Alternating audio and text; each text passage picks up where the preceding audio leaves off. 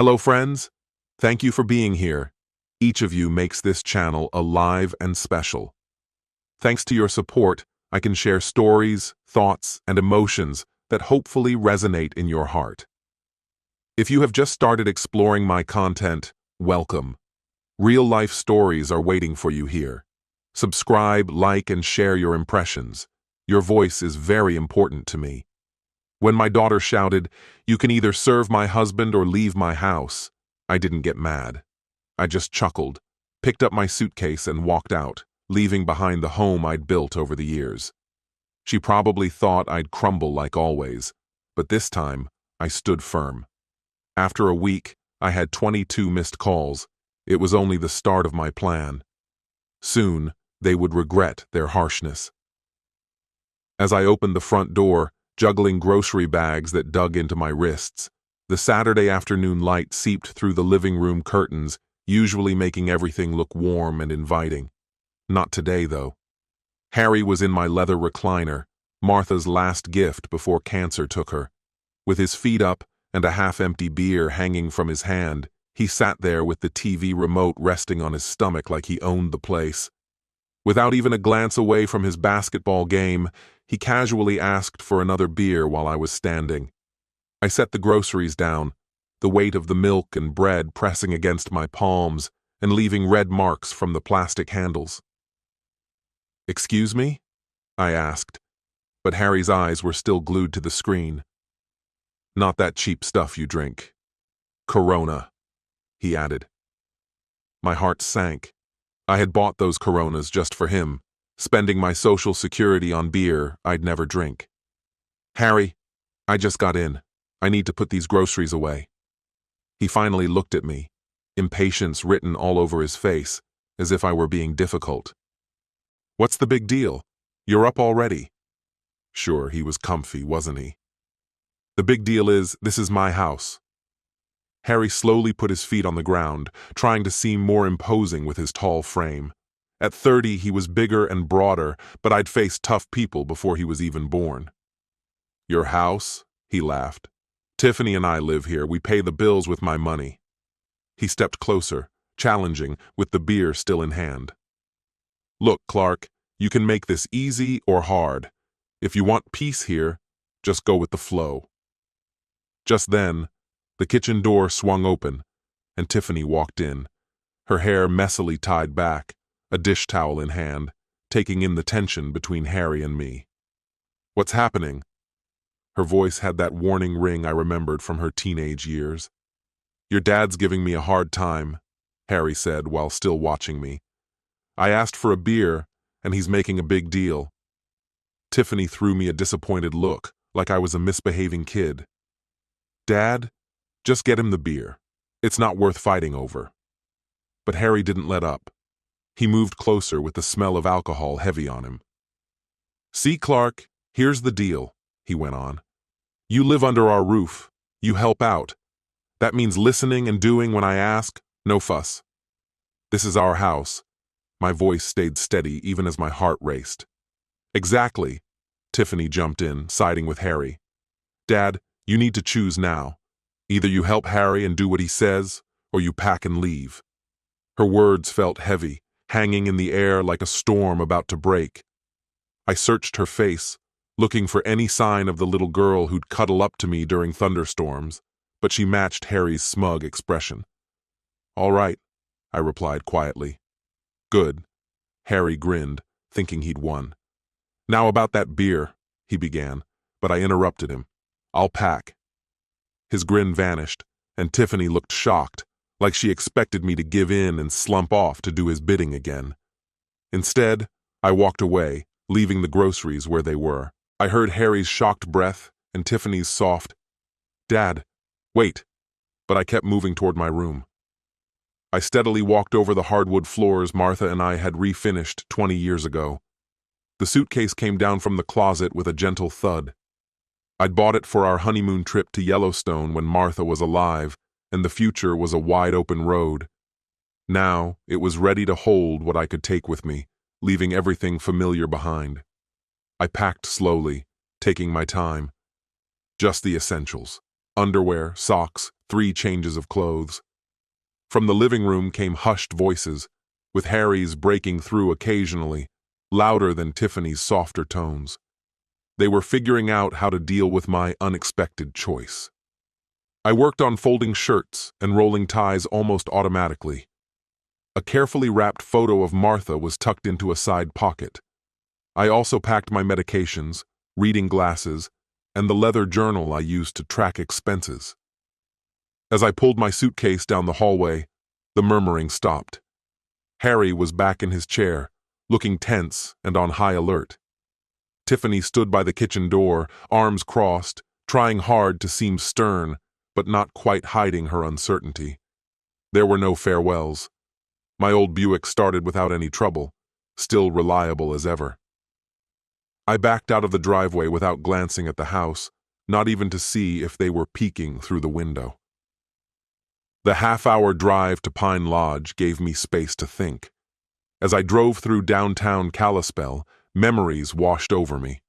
Tiffany's $40,000 a year tuition at the prestigious college she was determined to attend. I put in extra hours at the bank, handled more clients, and stayed late dealing with loan applications for 4 straight years. My hands remembered the strain of all those forms. Then her wedding, costing another $25,000. When Harry's side couldn't cover their part, I discreetly took care of it, saving them any embarrassment. Everything had to be flawless for my little girl's big day. Then their house, $80,000 from my retirement for their down payment, because as a dad, it seemed the right thing to do. That's what Martha would have wanted. Monthly payments came like clockwork, $200 for the mortgage, $300 for utilities, $500 for groceries when they were tight. Social Security checks slowly disappeared into their lives, and I convinced myself it was all out of love. Pine Lodge Motel was just at the town's edge, a modest building with peeling paint and a flickering neon sign. The room was small but neat, a bed, a chair, and a little table next to the window. I placed my suitcase on the luggage rack and sat on the bed. The quiet here wasn't like home, but the kind of silence you find in temporary places. I scrolled through my phone contacts, banks, insurance companies, credit card services, all numbers memorized after 3 decades in finance. Even though tomorrow was Sunday, there were things I could get done, calls to make. I opened my laptop on the small table and accessed my online banking. Up came account balances, representing careful saving over a lifetime, years of putting aside little luxuries for my family's benefit. A blinking cursor beckoned in the search bar, leaving me to choose what to do next. Sunday morning arrived, dull and overcast, fitting my mood perfectly. I spread out my paperwork across the motel table like a commander plotting strategy. Bank statements, insurance policies, legal papers, all neatly arranged and within reach. My first call was to First National Bank. Automated systems never take a day off, not even Sundays. "Good morning, Mr. Miller," said the voice after navigating the phone menu. "How can I assist you today?" "I need to cancel the automatic mortgage payment for 847 Pine Street, account ending 4729. There was a pause, some keyboard clattering. "Sir, this payment has been active for 5 years. Are you certain you want to cancel it?" "Completely certain. May I ask why?" "The homeowners no longer qualify for my financial support." More typing followed. "Understood, Mr. Miller. We'll stop the payment immediately. Written confirmation will be sent within 3 business days." The second call was easier.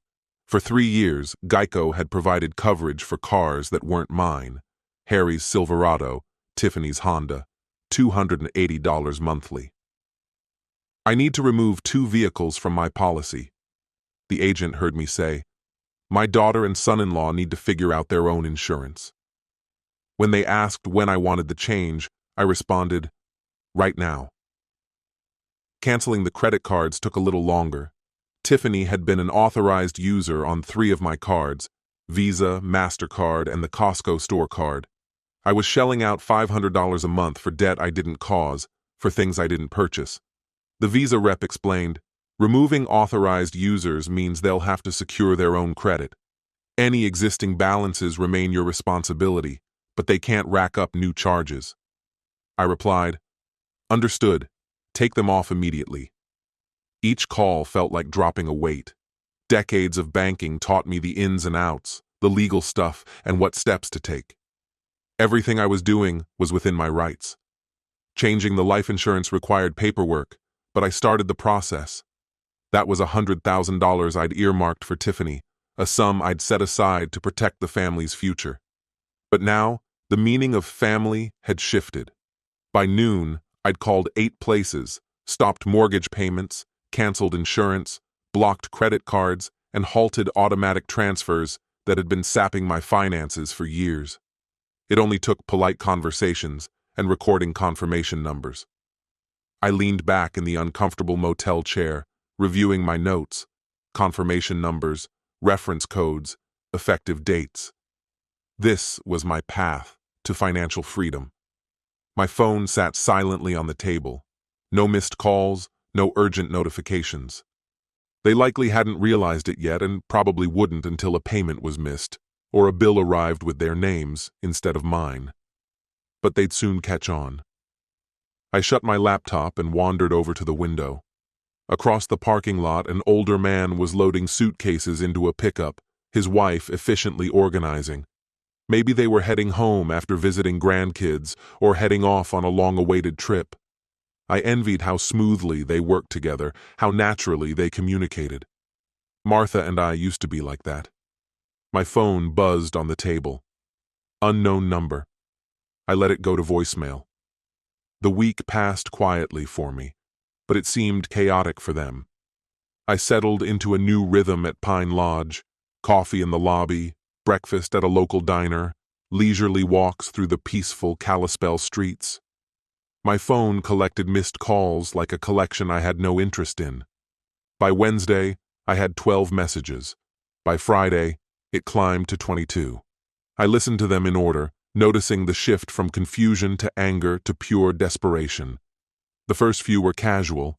Tiffany wondered about a banking glitch with the mortgage, and Harry left quick, irked messages about the car insurance lapse. But as the week progressed, panic surfaced. "Dad, what's going on?" Tiffany's voice cracked with frustration. "The bank says you stopped the automatic payment. The full balance is due Friday or they'll start foreclosure." Harry's messages grew more urgent. "Clark, fix this now. People are questioning my insurance status. You're making us look bad." By the end, their calls were practically begging. Tiffany cried, saying they'd work something out if I just called back. Harry took a different approach, admitting he'd overreacted and wanting to reconcile. I deleted each message after listening, mildly curious about their escalating panic. Thursday morning brought a knock at my motel door. Looking through the peephole, I saw them both. Tiffany in a rumpled sweater, Harry in his work clothes, both looking sleep-deprived. I opened the door, but didn't let them in. "Dad." Tiffany's eyes were red, her usual calm gone. "We need to talk." "About what?" I asked. Harry pushed forward, his face flushed with anger. "About how you're trying to ruin our lives over a silly fight about beer." I answered evenly. "I'm not trying to ruin anything. I'm just stopping the financial support." "The mortgage, Clark." Harry's voice rose. "You can't just stop paying the mortgage. That's our home." "Actually," I explained, "it's my house. My name's on the deed. My signature is on the loan. You two were just guests." Tiffany reached for. Harry held onto my arm as I got closer to the door. "Dad, let's talk this out. Harry and I shouldn't have spoken to you like that. You can't just leave without discussing it." "You set the rule, listen to Harry or leave," I reminded her. "Those were your exact words." "That's not what I meant," she quickly said. "Yes, it was," I replied, looking at my daughter as if a stranger had taken her place. "You said it. You just didn't think I'd choose the second option." Harry tried a different approach, speaking in an oddly calm voice. "We all said things in the heat of the moment. Think about our home, our finances, our lives. You can't just pull everything away." "I can, and I have. I said, starting to close the door. You wanted me gone, and now I am. You wanted to handle things yourselves. Here's your chance. Wait, Dad. Tiffany's voice wavered. What about family? Everything we've been through together? I paused, seeing her desperate look. I thought briefly of the little girl who used to help me with yard work and bring me dandelions. But she had grown into someone who let her husband disrespect me in my own home. Family is a two-way street, I said softly. I looked after you two for 5 years. When the time came to support me, you chose him. Harry lost his fake calm. You can't just— If you don't lower your voice, I interrupted, I'll call the police. This is private property.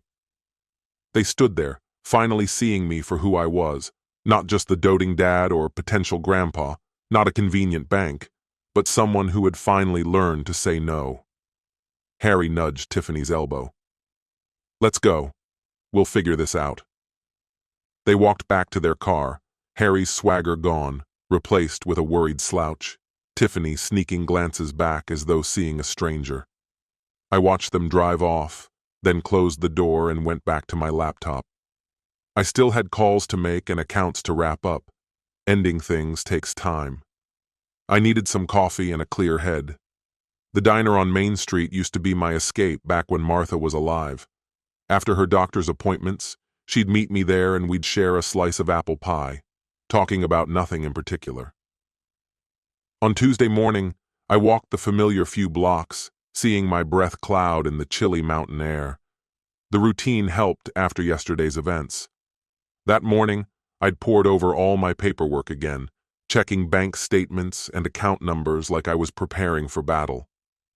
As I walked into the diner, the bell above the door jingled, and the mix of coffee aroma and bacon scent brought back a sense of normality I had missed. Settling into my usual corner booth, a voice called out, "Clark Miller, well, I'll be damned." Bob Harrison was standing up from a nearby table by the window with a newspaper tucked under his arm. We'd worked together at First National for 15 years until he got transferred to the main office. He managed commercial loans while I handled personal accounts, but we'd shared enough coffee breaks to become friends. "Bob," I said, getting up to shake his hand. "Good to see you. Mind if I join you? It's been a while since Martha's funeral." He slid into the seat across from me without waiting for an invitation. "I heard you moved out to Pine Lodge. Everything okay?" Before I could answer, the waitress came with coffee, giving me time to think about how much to share. Bob was dependable, but bankers have their obligations. "Just family issues," I finally said. "Needed some space to figure things out." Bob nodded, studying my face. "Your son-in-law tried to pull a fast one on us a few months back." My coffee paused halfway to my mouth. "What do you mean?"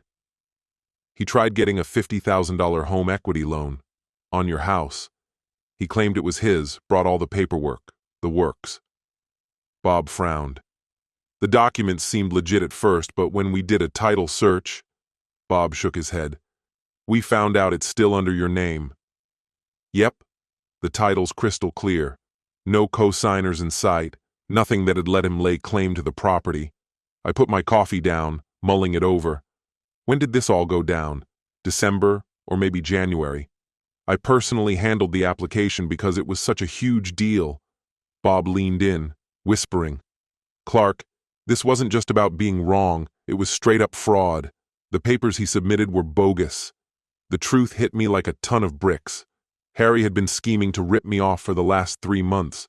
It wasn't just some frantic reaction because of our current mess. It was a well-executed scam. "Did you turn him in?" "We denied the application and flagged his info in our system. Since no cash swapped hands, it's a bit of a legal gray area, but I hung on to all the documents." Bob studied my expression. "You really didn't see this coming?" I nodded, thinking about all those bills I'd been paying, all those dinners where Harry vented about being strapped for cash while secretly plotting against me. What was his plan for the money? Bob glanced around the diner before leaning in closer. "Supposedly for home renovations, but folks say Harry's sunk deep into gambling debt." "Just how deep?" Jim Morrison might have more insight. Remember him from the church committee? He mentioned Harry's a regular at Glacier Peaks Casino. Oh, I remembered Jim Morrison. We'd served on the church building committee, and his daughter had graduated with Tiffany. If Jim had details on Harry's gambling, they were probably spot on. Bob, I appreciate the heads up. I fished out my wallet to pay for the coffee I barely touched. Clark, stay on your toes. Someone willing to forge papers to swindle family might do something crazy if they're cornered. I headed back to Pine Lodge with my head spinning. Harry's rude demands and behavior suddenly clicked. He already viewed me as an easy mark, a way to bankroll his gambling. His ultimatum wasn't about showing authority, it was about keeping his cash flow going. Once back in my motel room, I powered up my laptop and started a new document titled Harry Thompson Evidence. Bob's news was just the beginning. If Harry lied about this, what else was he hiding? The courthouse was closing at 5 p.m., and I had just an hour to file the paperwork that would change everything. After lunch, I drove straight from the diner to the Flathead County Courthouse, once an intimidating brick fortress, now my ally. The clerk's office was upstairs, run by a lady who took care of my eviction notice with surprising speed and efficiency. "Mr. Miller, you do know this is your daughter's house?" she asked, checking the property deed I'd brought against the eviction papers. "It's my home. They violated the terms of living there." "What terms?" I anticipated this. We had a verbal agreement about mutual respect and sharing household costs. They dropped the ball on both. She stamped the papers with authority. "The 30-day notice kicks in today. If they challenge it, we'll set a hearing.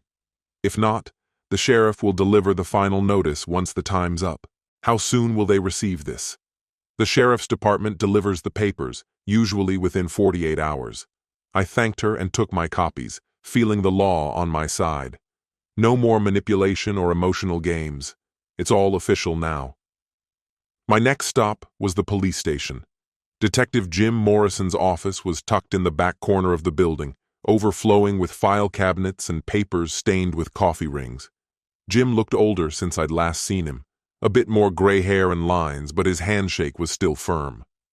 "Clark, what brings you around here?" "I'm looking for some information. Bob Harrison mentioned you might know a thing or two about Harry Thompson's gambling." Jim's face turned serious. "Your son-in-law? What's going on?" I gave him a quick rundown. The ultimatum, why I left, and what I discovered about Harry attempting to secure a loan. Jim took down some notes while I talked, not interrupting once. When I finished, he asked, "So, Harry's pretty popular over at Glacier Peaks?" I nodded. "Yeah, he's been a fixture at the poker tables lately, splashing more cash than he used to. Got any clue how deep he's in?" I said, "He's got debts all over the place. We've had some calls from collectors. Nothing illegal yet, but it's heading that way. I'd figure he's down about 18 to 20 grand. I was blown away by those numbers. Here was Harry, crashing at my place, eating my food, acting all entitled, while secretly blowing money like it was going out of style, enough to buy a decent set of wheels. "Who does he owe?" I dug further. "A mix," Jim said. "Some are legitimate lenders, others not so much. The legit guys are losing patience, and let's just say the less reputable ones have their unique ways of collecting." "What's his time frame?" I asked. "He's been dodging them for about 6 weeks. Usually creditors give about 3 months before they get serious. Harry's running out of time," Jim told me. As I left the station, Harry's predicament became crystal clear. His secretive gambling was fueling his desperation, trying to fraudulently mortgage my home and lashing out. I wasn't just a cash cow. I was his only hope to stave off disaster. That night, I sat in my motel room, reflecting on the day's events. Eviction paperwork ready to roll, Harry's gambling debts and all his lies confirmed, and more people looped into the situation. I updated my evidence file on my laptop, adding Jim Morrison's details alongside Bob Harrison's feedback. My banking background taught me to detect patterns, and Harry's was as clear as day. He wasn't merely rude or arrogant, he was desperate, deceptive, and hazardous. The more pressure he felt, the more reckless he'd get. I needed to brace myself for what was coming. The next day, I planned to call Harry's creditors, not to pay off his debts, that was his responsibility, but to ensure they knew he had no stake in my property. Telling the truth is always the best weapon. News travels fast in Kalispell, and I knew I needed to set the record straight by Friday. My first stop the next morning was the post office, where Mrs. Henderson from the church committee caught me. She collected gossip like some people collect recipes, always eager to spread it. "Clark, dear, I've heard some worrying stuff about your family. Is everything all right?" she asked, looking concerned. I picked my words carefully, knowing that by Sunday, Mrs. Henderson would have the entire town buzzing. "Tiffany and Harry wanted me to move, so I obliged. Sometimes grown kids need to handle their own affairs," I told her. Her eyebrow shot up. "They asked you to leave your own house?" she kept on. "It was better for everyone," I said. Leaning in, she whispered, "But didn't you pay for their wedding and help with the down payment?" I simply nodded, letting the facts speak loudly. Next, I stopped at Miller's Hardware, where I've been working part-time since I left banking. Tom Kowalski, the owner, peered up from his paperwork, looking worried.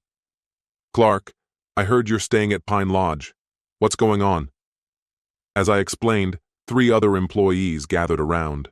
They were outraged at how Harry had treated me and angry that I'd been supporting them all this time without a word of thanks.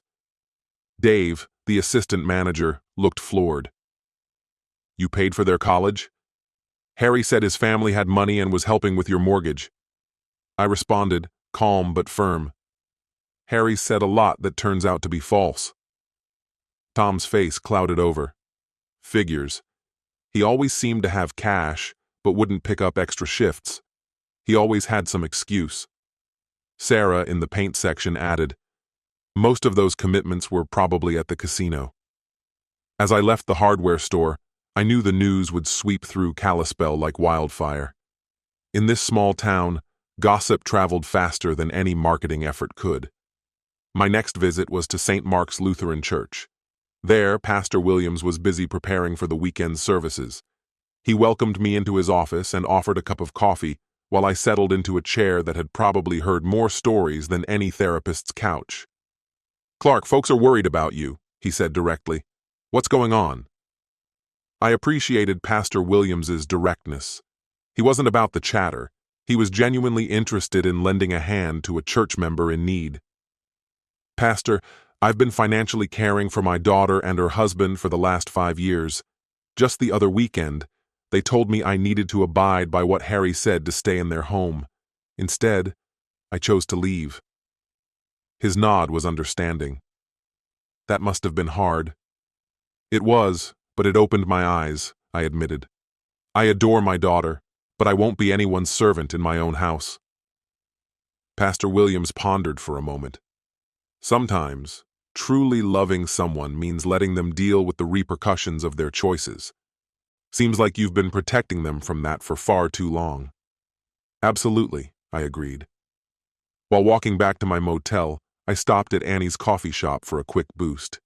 It was the usual Friday scene: retirees, people hanging out after work, and moms with strollers. I found a quiet spot in the corner and listened in on the buzz of conversation. Heard Harry's got debts piling up everywhere. Clark Miller's been bailing them out for ages. Always wondered how they managed to live so comfortably on that income. Just as expected, word was spreading fast. Small towns have a talent for figuring out the facts in no time. My phone buzzed again as I stepped out of the cafe. It was Mrs. Patterson, my longtime neighbor. "Clark, I hope you don't mind me calling. Things have been tense at your daughter's house lately. Lots of shouting. Mostly Harry, but Tiffany too. Cops even drove by twice yesterday." "Thanks for the heads up, Mrs. Patterson," I replied. Her concern reminded me of how much support a community can offer in its own way. "I'm holding up, just taking each day as it comes." That evening in my motel room, I went over the day's events. The pressure was piling up naturally, no interference from me. People have a way of spotting wrongs when they're laid bare. My phone rang again, this time with an unknown number. I recognized the area code. It was probably one of Harry's creditors. I let it go to voicemail. Later, I listened to the message. Hi, this is Marcus Webb from Frontier Financial Services. We're looking to contact Harry Thompson about an overdue bill. Please return our call when you can. They were reaching out to me likely because Harry used my address on his credit forms. More evidence of his scheming, more proof he intended to saddle his debts on me. I deleted the voicemail and grabbed my laptop. Time to update my file with today's insights. I'd anticipated some blowback. Harry's never been one to retreat quietly. Saturday started off on a peaceful note. As I sipped my coffee and reviewed bank records, my phone buzzed again. Calls from Tom at the hardware store, Mrs. Henderson and Pastor Williams came in, carrying the same unsettling news. Harry was going around, dishing out his side of the story. "Clark, you need to know what he's saying," Tom said, barely containing his frustration. "He stopped by about an hour ago, telling everyone you ditched him and Tiffany without notice. Said you'd vowed to always provide for them and suddenly changed your stance just to be spiteful." "What else is he saying?" I inquired. "He claims you're having some mental breakdown, that you kicked them out because Tiffany wouldn't let you be in charge of everything. He's also spreading word about a family emergency needing funds, and you're refusing to help." I thanked Tom and ended the call, already running through the implications in my mind. Harry was at his wit's end, so he kicked off a PR stunt, a clear sign that his creditors were pressing hard. My phone buzzed, and I feared the worst. "Mr. Miller, it's Detective Morrison. Just letting you know, Harry Thompson filed a complaint today alleging elder abuse. He's saying someone at the bank's coursing you into bad financial choices. It's outrageous, really. I've told him we need medical documentation and witness statements, none of which he has." Barely 20 minutes later, the phone rang again. Tiffany was on the line. "Dad, please answer me. I know you're angry, but there's a lot you don't know." Her voice cracked, tears spilling over. "I'm pregnant, Dad. The stress is making me sick. The doctor said I might miscarry if we don't calm things down." My stomach dropped. I'd felt this protective urge before that had led to my downfall with their schemes every time. But there was a tone in her voice, too rehearsed, almost desperate. "Congrats on the pregnancy, honey. When did you find out?" I asked. "Last week, right before everything went sideways," she replied, her voice trembling now. "Dad, I can't lose my baby over financial issues. Family first, you always told us." "Sure, I did. Like when I spent $60,000 on her schooling and $25,000 on her wedding. And now? Your future grandchild?" Her words stuck with me. If she truly was pregnant and had legit health concerns, my actions could lead to who knows what. Yet the timing felt just too neat. Her emotions felt staged. "Have you consulted a doctor about the complications?" I asked. She hesitated. "I have an appointment next week." "Which doctor?" I pushed. "Dr. Richards at the women's clinic." Dr. Richards, who had treated Martha for years. "I'll call her office to find out how I can help financially." "Dad, you shouldn't do that. If my grandchild's at risk, I need to help. Dr. Richards can guide us." Tiffany's voice sharpened. "You can't just call my doctor, that's private." "I get it," I replied. "Maybe she can contact me about payment plans." The call ended abruptly. An hour later, I was downtown when I ran into Harry outside First National Bank. His voice echoed with anger, a noise I knew well. "He's out of his mind," Harry told the gathered onlookers.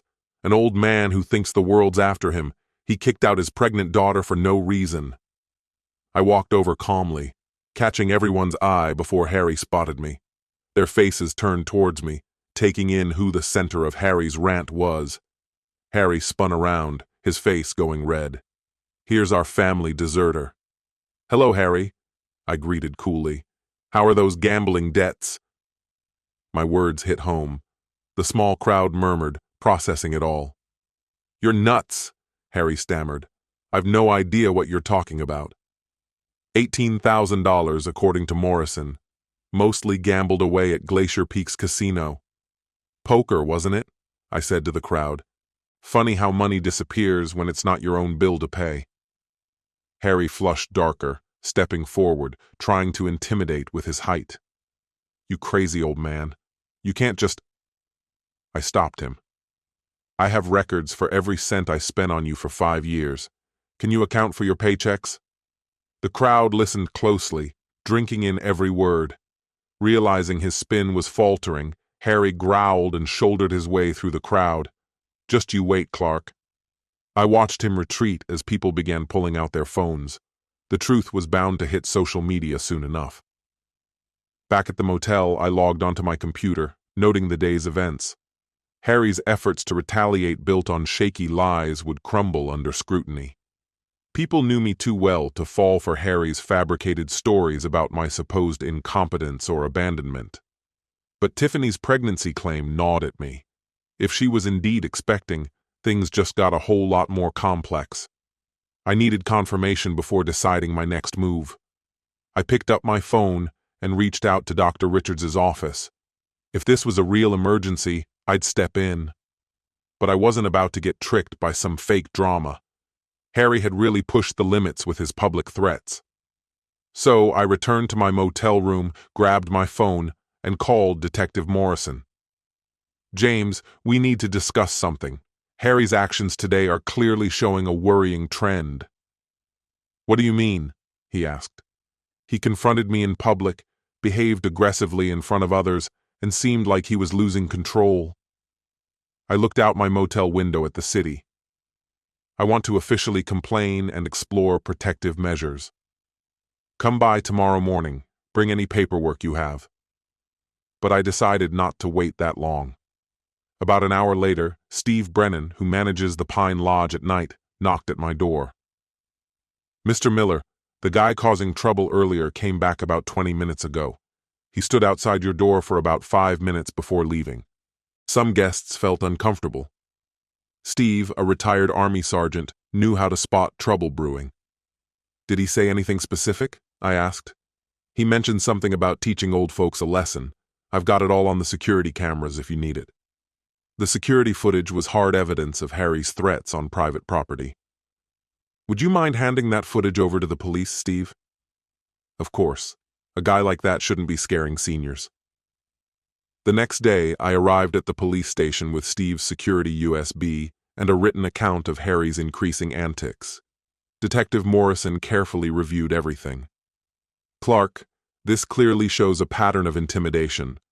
Along with what I witnessed at the bank yesterday, we have enough for a restraining order. What does that involve? I asked.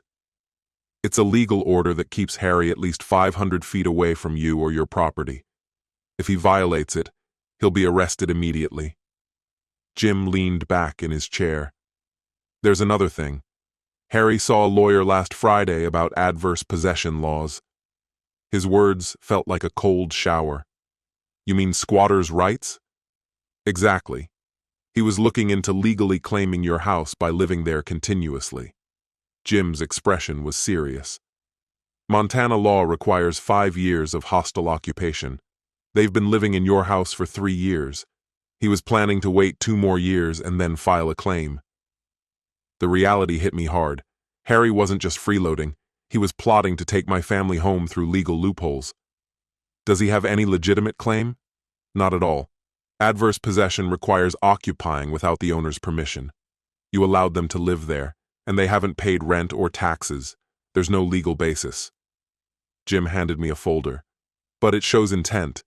He's been planning this theft for quite a while. What about the restraining order? I asked. With this evidence, I can fast-track it. You'll have it by this afternoon. As I exited the police station, I gained new insight into my son-in-law's true nature. The whole beer incident wasn't about asserting dominance. It was about maintaining a sham to eventually take my home. Walking back to the car, I dug out my phone and flipped through my contacts. Time to make some necessary calls. First on the list was Marcus Webb at Frontier Financial Services, one of Harry's creditors who'd been leaving me messages. Mr. Webb, I'm returning your call about Harry Thompson. Need to clear something up. He no longer resides at my address and has no legal claim to my property. He had used my address on credit applications, but he was merely a guest. I kicked him out last week. If you're searching for him, he's at Mountain View Auto Dealership on Highway 93. The next call was to Continental Credit Recovery. This is Clark Miller. You called about Harry Thompson's debts. Just to clarify, Mr. Thompson has no claim on my property and doesn't live here anymore. Each call was brief and direct. I wasn't about to assume Harry's debts or just corrected the fake address he'd been using to dodge debt collectors and provided his real details. By midday, I had contacted 6 different debt agencies. Harry's shaky setup was close to falling apart. That afternoon, Judge Morrison signed off on my restraining order. Harry Thompson was now forbidden from being closer than 500 feet to me or my property. If he broke this order, it would mean getting arrested and possibly jailed. Driving back to Pine Lodge, I felt good knowing that justice had been served properly. For 3 years, Harry had plotted to snag my house, and now he couldn't even legally come near it. My phone pinged with a text from a number I didn't recognize. It said, "This isn't over, old man." I forwarded it to Detective Morrison and then blocked the number. Collecting evidence had become second nature to me. By Monday morning, I had the restraining order ready to go, and by noon, I was watching Harry's carefully constructed life start falling apart from multiple fronts. At the courthouse, the clerk gave the final version an official stamp. "Mr. Miller, this order kicks in immediately. If he contacts you or gets closer than 500 feet, that's a breach." I thanked her and walked to my car, knowing a sheriff's deputy would hand Harry the papers within a few hours. My phone went off again. "Clark, it's Mike Brennan from Mountain View Auto." Mike, Harry's boss, was a stand-up guy known for his honest car dealership. "I need to ask you about something," he said. "Is what Harry's been saying about you true?" I asked. "What's he saying?" "That you had a mental breakdown, kicked him out due to dementia, and there's some family drama you're ignoring?" Mike sounded skeptical. "Look, Clark, I've known you for 2 decades. That doesn't align with the guy who co-signed my son's first car loan. Mike, it was basically, do what Harry says or leave. I chose to leave. There's no health issue. I'm perfectly fine, and my banker, lawyer, and the police detective can confirm that." Mike hesitated for a moment. "I suspected as much, Clark. 3 customers mentioned Harry owes them money. 1 saw him at the casino, which looks bad for my business." "I totally get it," I replied. "I'm going to have to fire him. I can't let this issue taint my reputation with customers counting on us for major purchases." 20 minutes later, I sat at Annie's with a coffee when the first debt collector showed up at my old house, Continental Credit Recovery, as per the signage. I had tipped them off about Harry's fake address last Friday. My phone rang again, and it was Tiffany. "Dad, there are people at the house asking about Harry's debts. They want info on our assets, income, everything," she said, clearly panicked. "What did you tell them?" I asked. "I told them the truth, that Harry doesn't own the house and hasn't been living here, but they mentioned garnishing wages and seizing assets. Dad, I'm confused." "That's what happens when you borrow what you can't return, sweetheart. This is Harry's $18,000 mess." She hadn't realized the extent of it until now. Gambling debt at Glacier Peaks Casino, according to Detective Morrison. Silence lingered for a moment before she quietly said, "He told me he was working late those nights." "I'm so sorry you find out like this, Tiff. A sheriff's deputy came by today, too, to serve Harry some legal documents. He's been ranting and throwing stuff ever since." That's the restraining order. Harry was finally getting that he was out of options. "Dad, he's talking about skipping town. He says there's nothing left for him here." Her voice shook. "What should I do?" "Tiff, make your decisions based on who Harry really is, not the guy you wished he was." Later that night, I parked across from my former house, watching the chaos unfold. 3 different creditor vehicles had swung by during the day. My neighbor, Mrs. Patterson, gave me a sad little wave. She'd been keeping up with everything with the empathy of someone who's seen a lot over the years. Through the window, I could see Harry and Tiffany arguing. He was gesturing wildly, looking desperate, while she seemed defensive and frightened. Their so-called fairy tale marriage, financed by me, was falling apart as reality sank in. My phone buzzed with a text from Steve at Pine Lodge. That guy, he tried to get into the building once more, even though I warned him about the restraining order. He left in a huff, clearly ticked off. I wasted no time in sending details of the incident to Detective Morrison.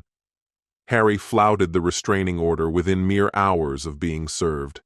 His desperation was pushing him to act recklessly, which made him not just dangerous, but predictable too. Broke, jobless, and neck-deep in gambling debt, he didn't have too many options. He could either face the music or skip town. Knowing Harry, running seemed like his likely choice. On my drive back to Pine Lodge, I pondered over the possible fallout. If Harry decided to flee to dodge his creditors, what would Tiffany do? Stick with him, loyal to a man who'd lied to her repeatedly? Or finally wake up and choose a different path? Either way, they'd have to deal with whatever came next.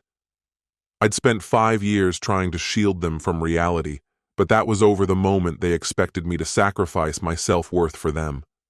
I opted for my dignity. It was up to them to make their own decisions now. 2 days was more than enough to watch them flounder. So, on Wednesday morning, I called Tiffany and asked to meet up at the diner. Just the two of us. "I can't leave Harry alone right now, Dad. He's really struggling," she said. "Then we have nothing further to talk about. I'm barred from being near him because of the restraining order." There was silence. "Okay, where should we meet?" she finally asked. "Main Street Diner, 2A, the booth at the back corner. We need to talk without interruptions."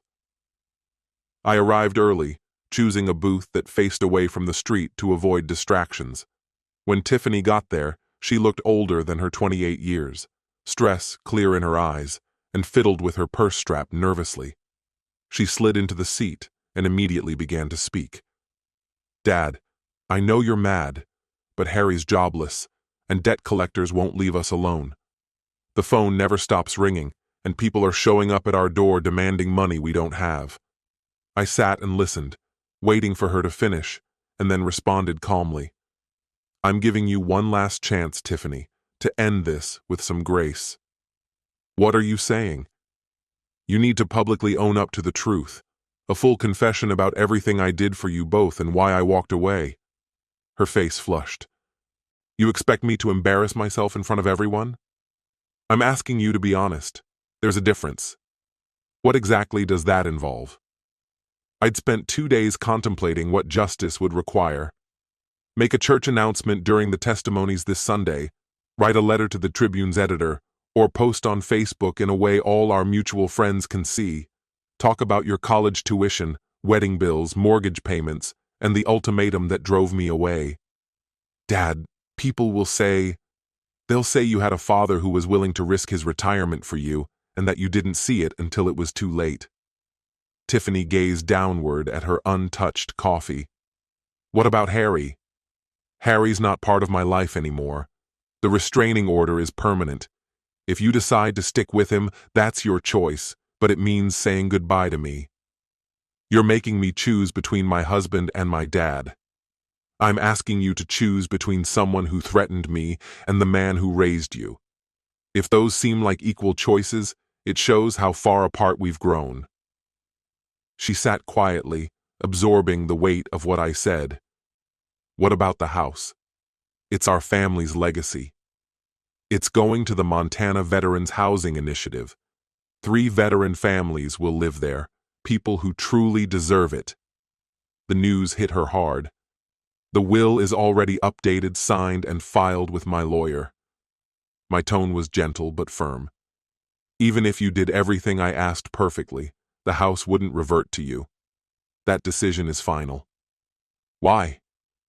"Because any mending between us has to come from love, not from what I can provide financially. For too long, I felt like just a backup bank account. I need to know if there's more between us than just money." Tiffany's eyes filled with genuine tears this time. I was used to the emotional manipulation by now. "I'm really sorry, Dad. I never meant for things to spiral like this." "Sorry doesn't cut it anymore, sweetheart.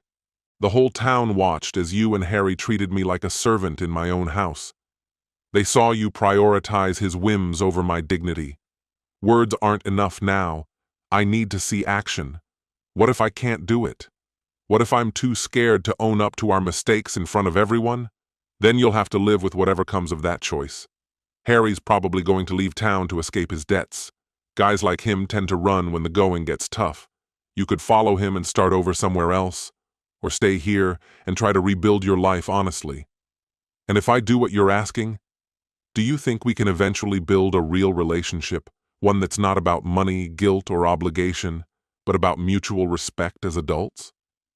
Tiffany wiped her eyes with a napkin. "How long do I have to decide?" "By Sunday morning. Church starts at 10 course. If you don't show up to tell the truth, I'll know where you stand." She stood up slowly, looking older and more fragile than when she'd arrived. "Dad, do you think you could ever forgive me?" I looked at her, seeing flashes of the little girl who used to make dandelion crowns and ask for bedtime tales of brave princesses. "Forgiveness and trust aren't the same, Tiffany. I forgave you when I chose to walk away instead of argue, but trust needs to be rebuilt through genuine actions." She nodded and moved towards the door, her shoulders weighed down by this choice that would shape her future. I stayed in the booth, watching as her car drove off. Sunday was 4 days away. By then, I'd find out if my daughter had the courage to choose truth over comfort and responsibility over loyalty to someone who didn't merit it. Sunday morning was bright but chilly. Walking into St. Mark's, I wondered if Tiffany would have the guts to come clean. The church was unusually full. Word had spread about some family announcement. I sat in my usual spot 3 rows from the front and waited. Pastor Williams began the service with familiar hymns and readings, but I could feel the anticipation in the air. When the time for testimony arrived, Tiffany stood from the back row. She looked small, walking down the aisle, but her steps were steady. At the podium, she gripped it and faced the familiar faces. "I need to talk about my dad." Her voice echoed through the silent church. "For the past 5 years, Clark Miller has been the one supporting my husband and me financially. He spent $160,000 on my college education when I could have chosen a state school. He paid $25,000 for my wedding because Harry's family couldn't cover their part." Murmurs spread through the church. These detailed numbers highlighted sacrifices that painted a vivid picture. He gave us his family home, where he lived with my mom for 20 years. When we couldn't handle the mortgage, he paid it. When we needed groceries, utilities, car insurance, he covered it all while living on Social Security. Her voice grew stronger as she continued. 3 weeks ago, my father refused to be treated like a servant by my husband. We gave him an ultimatum: obey Harry or leave his own house. Dad chose to leave, holding on to his dignity. The church was completely silent. Even the kids seemed to grasp how serious this was. I stood by and let my husband insult the man who sacrificed his retirement for us. I stood with someone who threatened my dad instead of standing by the person who raised me with love and patience. Tears streamed down her face, but she spoke clearly. "I'm here because my father gave me one last chance to choose truth over pride. I was wrong. Harry was wrong. My dad deserved our gratitude and respect, and instead, we gave him ultimatums and demands." She looked directly at me. "Dad, I know sorry isn't enough for what we put you through, but I hope it's a start." The congregation responded with supportive murmurs as Tiffany sat back down. Pastor Williams stepped up to the podium, tears glistening in his own eyes. "Owning up to our mistakes in front of everyone takes a lot of courage, and that's exactly what Tiffany did today." Her dad showed real strength too, staying calm when it mattered. After the service, people came over, offering hugs, handshakes, and kind words. Mrs. Henderson took my hand and said, "We all thought you were just helping them out with money, Clark. Turns out they gave back a lot more than we knew." Then Tom from the hardware store gave my shoulder a solid pat and said, "It takes guts to set boundaries with family." The most moving moment came when Tiffany spoke to me outside the church. She mentioned, "The Tribune's going to publish the letter on Wednesday. I'm posting on Facebook tonight, too." She hesitated and added, "Harry disappeared yesterday, packed his stuff while I was at work. No note, no address." No surprise. Guys like Harry bolt when they can't handle the consequences. I just said, "I'm sorry your marriage ended up like this." She answered softly, "I'm not. I filed for divorce this morning, found out he'd been secretly gambling with my credit cards. The debt went deeper than we thought." 3 months later, I stood at my old family home, now turned into transitional housing for vet families through the Montana Veterans Housing Initiative. It had been split into private apartments with shared spaces. Staff Sergeant Maria Santos, just back from deployment, led her kids to the playground equipment that was donated. "This opportunity means the world to us, Mr. Miller. Thanks for giving veterans this gift," she told me. "Veterans understand sacrifice," I responded. "This place was meant for those who've honestly earned it." Meanwhile, life for me had found its calm rhythm at the lakeside cabin I bought, since I wasn't spending my money on ungrateful people anymore. My days were simple, yet felt like a luxury. Morning coffee by Flathead Lake, fishing in the afternoon, reading in the evening. The cabin was just right: 2 bedrooms, a kitchen for homemade meals instead of constant takeout, and a dock for my little fishing boat. Tiffany texted me, "Dad, I'm 3 months into counseling and learning a lot about having healthy relationships. Can we catch up over coffee? I want to rebuild your trust, bit by bit." I smiled, watching an osprey dive into the lake. True to her word, Tiffany had come clean publicly, the newspaper letter was honest, and her Facebook post received loads of supportive comments. Most importantly, she was dedicated to fixing our relationship, working towards it instead of expecting easy forgiveness. I replied, "Coffee sounds awesome. How about Saturday morning at the diner?" She quickly texted back, "I'll be there. And Dad, thanks for not giving up on me completely." I set the phone down and watched as the osprey snatched a fish from the water. Sometimes, patience and kindness pay off, even when the burden seems endless. As the sun dipped behind the Rockies, painting the lake in a golden-orange hue, I heard laughter coming from the veteran housing. Families were starting over in the very place where I'd learned the difference between being generous and enabling. Justice served, dignity intact, and maybe a daughter ready to win her father's trust through genuine effort instead of manipulative tricks. The wait had been worth it.